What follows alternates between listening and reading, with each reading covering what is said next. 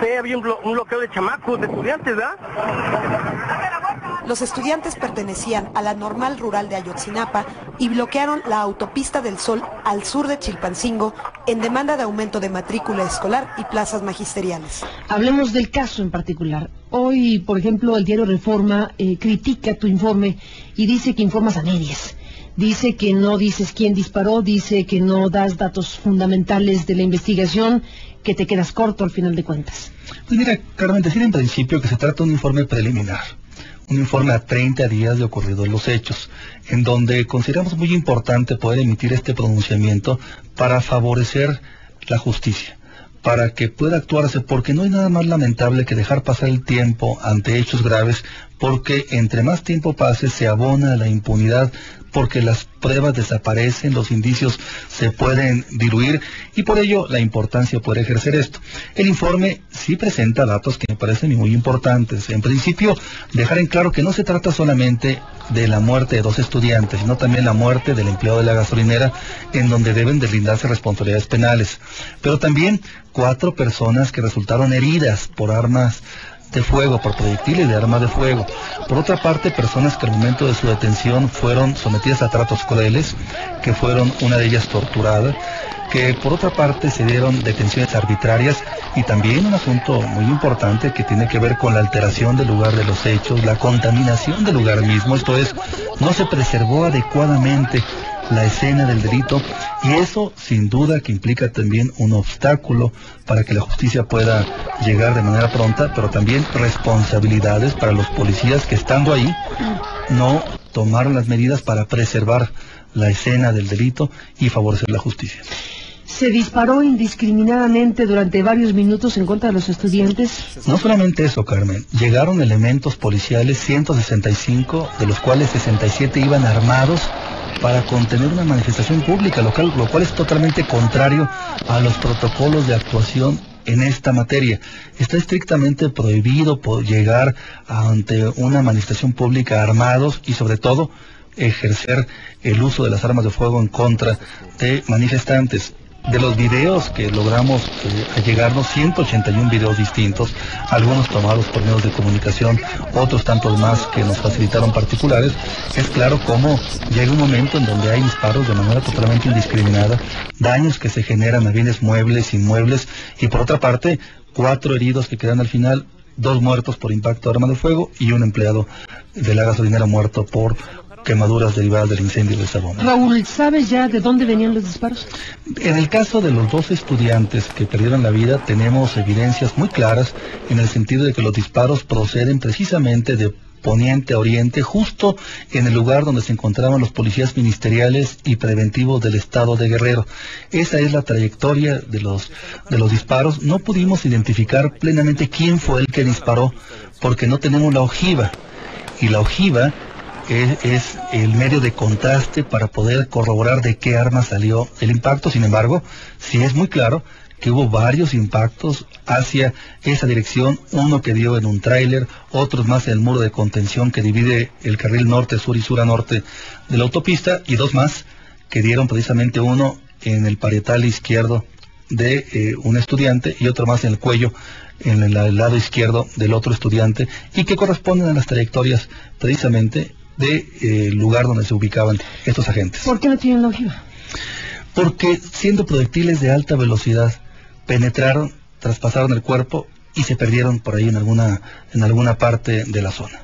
¿Del cuerpo? No, traspasaron el cuerpo. ¿Traspasaron el cuerpo? Así, fracturaron el cráneo en el caso de uno de los estudiantes, salió el proyectil en alguna dirección y debe estar en la zona, en alguna parte. Lo mismo el que atravesó el cuello. No aparece o no está localizable hasta el momento, o en su caso, pues si lo recogió alguien se lo llevó, ¿verdad? ¿Sospechas eso? Pues podría ser como una probabilidad, porque lo mismo obtuvimos, por ejemplo, de algún testimonio de cierta persona que se había llevado varios casquillos y en el momento que estaba un perito llevando a cabo diligencias, pues sacó de su bolsa unos casquillos y le dijo, pues fíjese que yo recogí estos y aquí se los entrego, un elemento que está identificado y en el propio informe lo señalamos. ¿De la policía? Sí, lo cual ¿Federal? no, estatal, local, lo cual es totalmente indebido, Carmen, o sea, porque eso evidentemente va empañando, va contaminando y va tergiversando hasta cierto punto el sentido de las cosas. ¿Qué tanto se tergiversó el sitio de los hechos? Pues mira, Carmen, en los propios videos se observa que todo el mundo anduvo transitando por ahí en lugar de asegurarse, de preservarse el mismo. Todo el mundo anduvo por ahí. Tenemos imágenes de una ventana del tráiler que recibió un impacto por proyectil de arma de fuego, que posteriormente la ventana es destruida. ¿Por quién? A saber.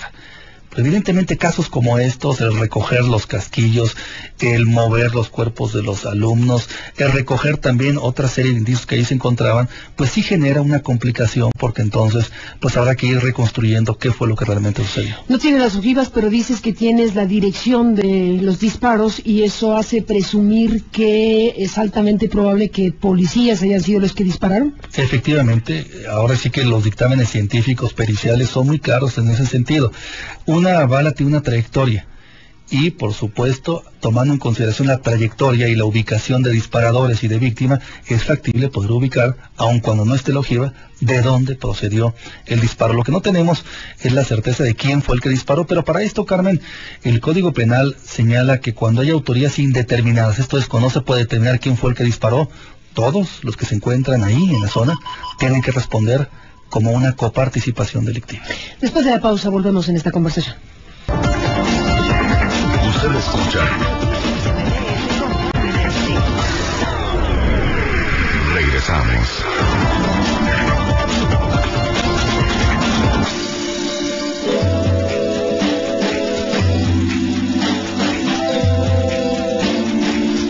Regresamos en esta conversación con Raúl Plasencia, el presidente de la Comisión Nacional de Derechos Humanos, acerca de este informe preliminar sobre la investigación por violaciones graves a los derechos humanos en relación a los hechos del 12 de diciembre del 2011 en la ciudad de Chilpancingo, Guerrero, en contra de con los estudiantes de Ayotzinapa y el trabajador de la gasolinería que estaba ahí, que fue incendiada. Déjame cerrar esta parte de la explicación que estás dando, Raúl, sobre el tema de la trayectoria de las balas, etcétera. Para efectos prácticos, sin tener la contundencia de saber quién disparó, tienes la presunción o la sospecha de que los disparos indiscriminados, digámoslo así, durante varios minutos en contra de los estudiantes provinieron de la policía ministerial. Sí, sobre todo los que... No de la federal. Los que privaron de la vida a los dos estudiantes, tenemos una muy alta probabilidad, casi con el nivel de certeza, de que procedieron precisamente del poniente al oriente y de que precisamente donde estaban los ministeriales y los de la Policía Estatal Preventiva son los que originaron la muerte de los dos estudiantes. Eso es lo que nos arrojan los dictámenes periciales.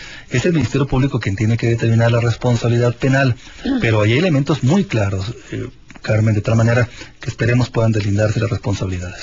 Raúl, aquí hay 3 vidas perdidas, los 2 estudiantes y la persona que estaba en la gasolinería. ¿Qué sabes sobre cómo se incendió esta gasolinería? ¿Qué sucedió ahí que le costó la vida a alguien? Mira, Carmen, tenemos también ahí imágenes y evidencias de cómo se acercan 2 personas que no hemos logrado identificar a la bomba de gasolina y le prenden fuego. Una vez que se le prende fuego, un empleado de esa gasolinería trata de apagarlo y sufre quemaduras muy severas. También tiene que investigarse y deslindarse la responsabilidad en contra de esas 2 personas que se observa con toda claridad que se acercan y le prenden fuego a la bomba de gasolina. No están identificados. No los tenemos identificados por nombre y apellido, pero ahí están las imágenes y también descripciones de algunas gentes que los vieron, que permiten en buena medida o que podrían permitir al Ministerio Público identificarlos y someterlos a proceso. ¿Serían parte de los estudiantes? Las personas que incendiaron la gasolina. Podría ser, Carmen, no tenemos la certeza, porque recordemos que también entre los manifestantes había miembros de otras organizaciones populares, de tal forma que tendrá que deslindarse quiénes eran, si estudiantes o bien alguna otra gente más. Una de las imágenes que más ha impactado es la de un hombre de camiseta verde que está disparando y bueno, pues se ha dado mucho vuelo a esta imagen porque es alguien que con una arma, no sé cuál es, pero es un arma fuerte, digamos, está disparando. ¿Quién es este individuo y qué responsabilidad tiene si es que ya la identificaron? Mira, Carmen, esta persona es un jefe de grupo de la Policía Ministerial en el estado de Guerrero y precisamente de esa posición, de esa parte, de ese grupo de agentes, es de donde procedieron los disparos que privaron de la vida a los 2 estudiantes y lesionaron al conductor de un tráiler que se encontraba del otro lado de la autopista.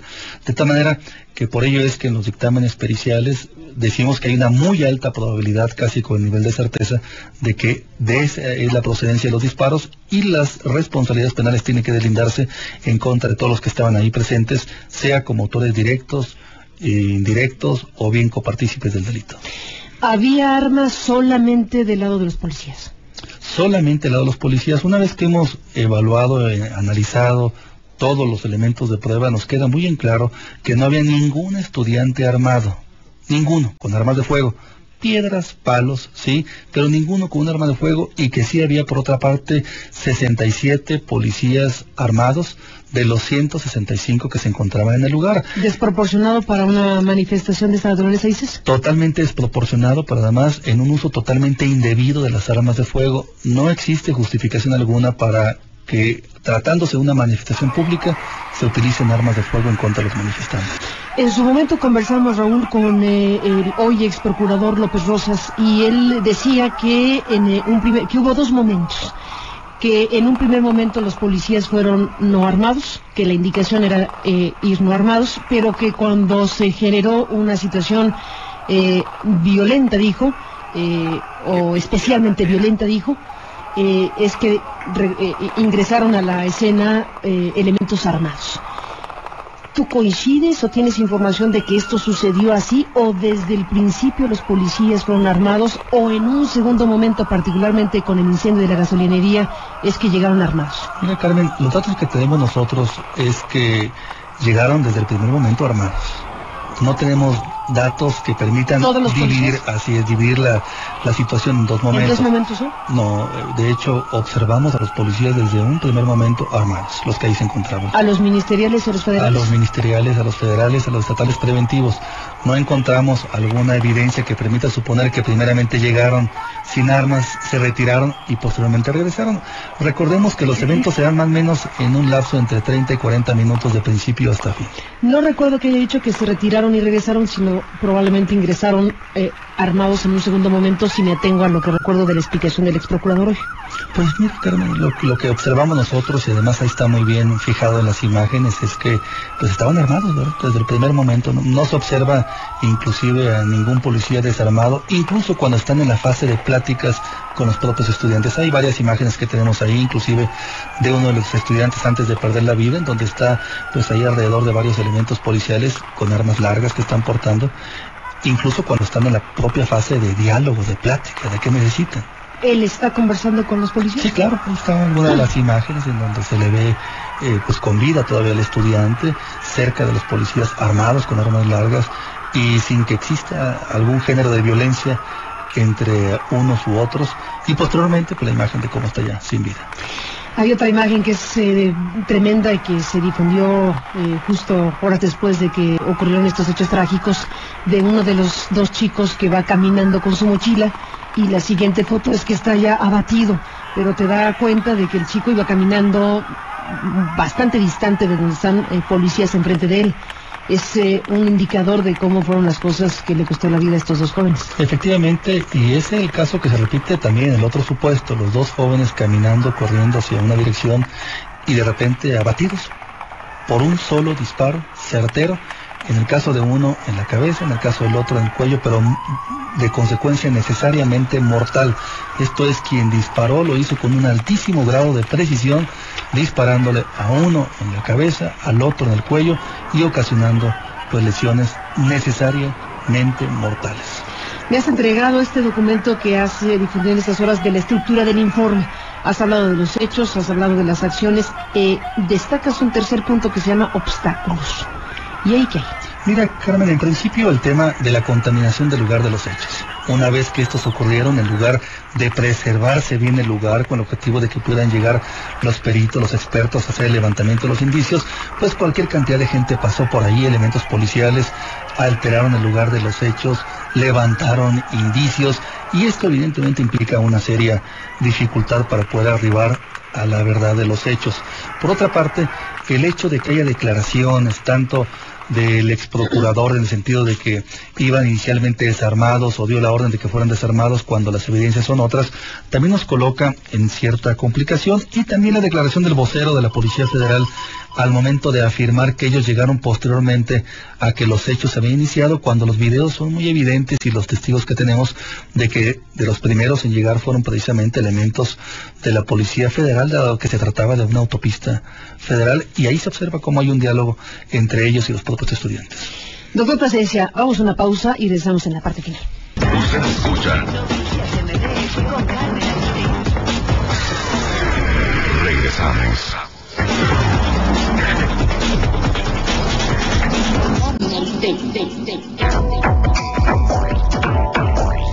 Bueno, Raúl Plasencia, ombudsman nacional, entramos en la recta final de esta conversación sobre este informe que has presentado preliminar. Uno de los videos que se han dado a conocer y que forman parte también de las investigaciones de alguien que estaba grabando por ahí. En el video se escucha una frase, palabras más o menos, que dice: qué pinche balacera, para ilustrar, pues eso. Carmen, lo que pudimos nosotros analizar es que efectivamente hubo una serie de disparos indiscriminados. Pudimos nosotros observar, y en todo caso existen por lo menos 25 casquillos recolectados, pero de las imágenes, inclusive de las que aparecieron el día 3, 4 y 5 de enero en varios medios de comunicación, pues se escuchan múltiples detonaciones, de tal manera que pudiéramos hablar de cientos, inclusive de disparos que se formularon, y lo que no existe en lugar de los hechos son los casquillos de esos disparos. ¿No hay nada de eso? Como alrededor de 25 casquillos que se recuperaron nada Pero más. no corresponde a lo que alguien en la frase describió como una balacera muy fuerte. Indiscriminada, efectivamente. Eso es parte de la alteración del lugar de los hechos. Debieron haber quedado ahí y cada elemento policial debió declarar pues cuántas veces accionó, cuántos cartuchos utilizó de las armas que traía en su poder. Bueno, esta versión, estas investigaciones de las que estás hablando, Raúl, no coinciden con lo que ha dicho el ex procurador López Rosas. Efectivamente. ¿Ahí qué va a pasar? Pues mira, recordemos que pues él es uno de los señalados como responsables por acción o por omisión en este tipo de hechos, y pues yo lo entiendo como un argumento de defensa. Sin embargo, Carmen, aquí están las pruebas científicas y los hechos concretos que pues nos dan a conocer una cosa completamente distinta. No solamente el haberse enviado a elementos armados o haber tolerado que fueran armados, haber tolerado que dispararan, haber tolerado que las evidencias se contaminaran, el lugar no se asegurara debidamente. Todo esto pues implica responsabilidades que tendrán que deslindarse. Sin la menor duda, y de eso estamos al pendiente. ¿A quién le toca finalmente? ¿A la Procuraduría del Estado de Guerrero?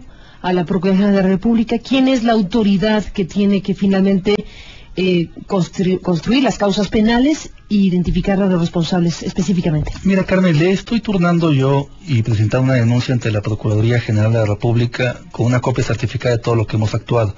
Los hechos se dieron en una autopista federal. Intervinieron también servidores públicos federales. Se utilizaron armas de uso exclusivo del ejército, armas largas inclusive. Se dio un incendio en una gasolinería que corresponde a una concesión federal. Creo que hay elementos muy claros para que intervenga la autoridad federal.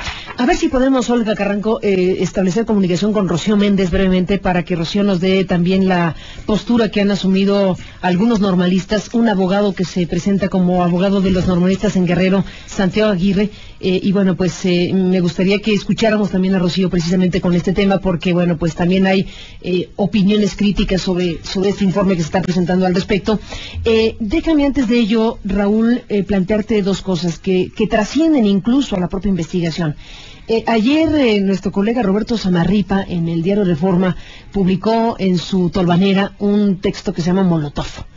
Y en este texto cita Roberto Samarripa o menciona reportes de inteligencia del gobierno federal o reportes de inteligencia en el gobierno federal sobre estos acontecimientos en Guerrero que comienzan a preocupar. En ciernes está, dice aquí, un nuevo estallamiento como el que aconteció en Oaxaca justo hace un sexenio. Las fuerzas políticas implicadas son parecidas, las torpezas gubernamentales también, la época preelectoral es catalizadora y amplificadora del conflicto, la oaxacanización de Guerrero, dice Samarripa, no es un asunto lejano. está ahí, pero su efecto en la capital del país no augura lejanía o eco sino estruendo en las plazas del Distrito Federal, y habla de la relación política entre Ángel Aguirre y el gobierno de Marcelo Ebrard. Esa es la parte donde después se amplía Samarripa en su texto Molotov. Pero me quedo en esta parte, donde habla de reportes de inteligencia sobre lo que puede desatar una cosa de esta naturaleza.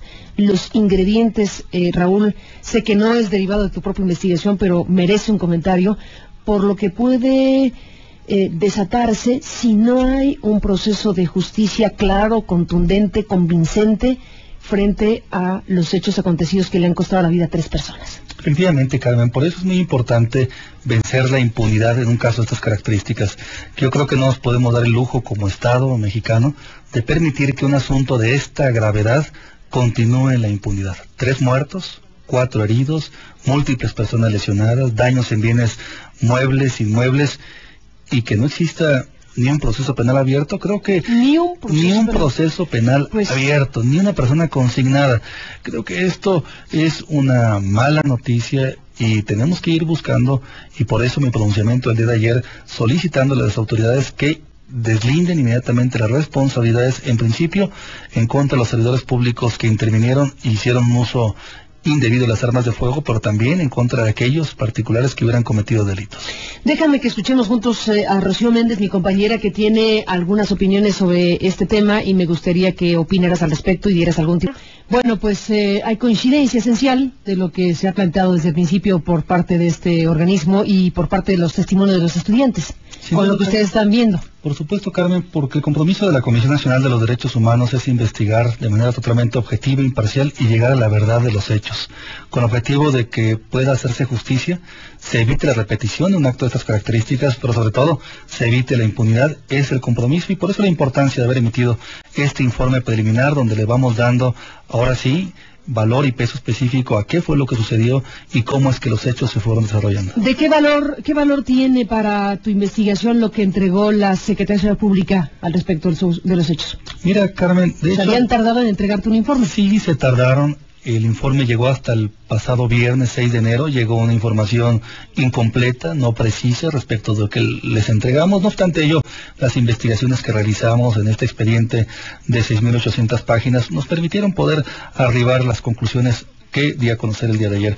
Continuaremos requiriéndoles información con el objetivo de que puedan ejercer su derecho de audiencia, puedan aportar los elementos que estimen convenientes, a fin de que el momento en que emita yo la recomendación final, pues podamos tener la versión de su lado y, por otra parte, las pruebas que nos permitan acreditar cómo pasaron los hechos. Raúl Plasencia, te agradezco esta conversación que hemos sostenido, y me despido preguntándote, acorde a lo que hemos escuchado de tu exposición, ¿a quién le corresponde en este momento hacer qué?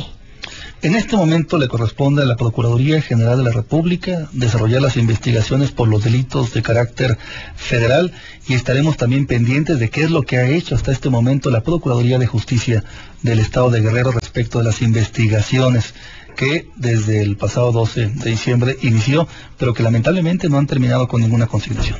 Pues Raúl Plasencia, te agradezco mucho tu visita, tu presencia a este estudio, y si te parece bien, mantenemos la comunicación. Este es un informe preliminar. ¿Hay un aproximado de cuándo podrán concluir sus investigaciones y emitir recomendaciones específicas con más precisión de nombres, apellidos, identificación de responsabilidades? Carmen, estamos pensando que en un lapso de 60 días, puede ser un poco antes o un poco después, estaremos ya listos para poder emitir la recomendación final a propósito de este asunto. Espero que así sea. Son alrededor de 2,000 personas las cifras que está manejando la Secretaría de Seguridad Pública. ¿Y esos quiénes son?